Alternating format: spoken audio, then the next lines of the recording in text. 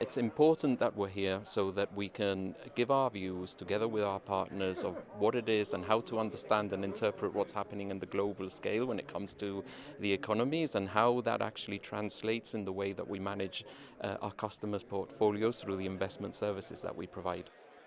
We're here to provide opportunities to diversify and to look to reinvest those assets in a way which takes into account the risks and the opportunities which come about through different macroeconomic movements and changes in the market.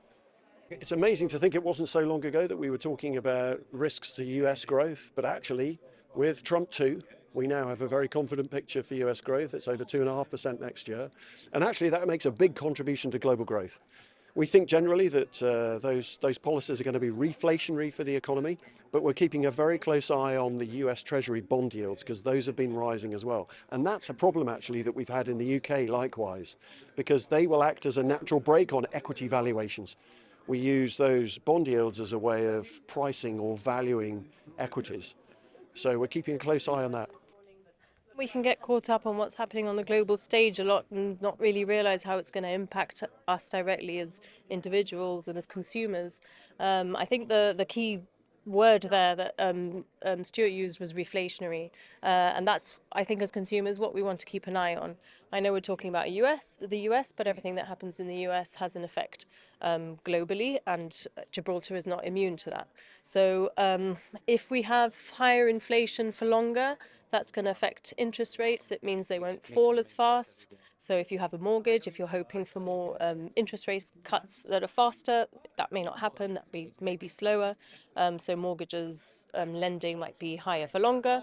On the flip side, if you have fixed deposits, cash-based investments, then you're going to benefit from the uplift in rates. However, having said that, when inflation is high, obviously the value of your cash is eroding. So, we can see, as we've seen in the past couple of years, your grocery spend goes up, everything costs more, so the value of your money is effectively less. And that's where, when we talk about investing, a lot of people's goals are actually to beat inflation. And over the long term, in a well-diversified portfolio, that's the best way to achieve that goal.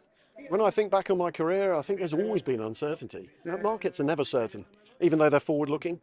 So, I can remember the Asian financial crisis, the global financial crisis, the Eurozone crisis. There's been so many crises over time, not least, of course, the tech bubble at the turn of the century. And I think the key to success here is remaining invested, being diversified, and utilising that multi-asset approach. Those things have worked for me, and it really is a case of getting rich slowly.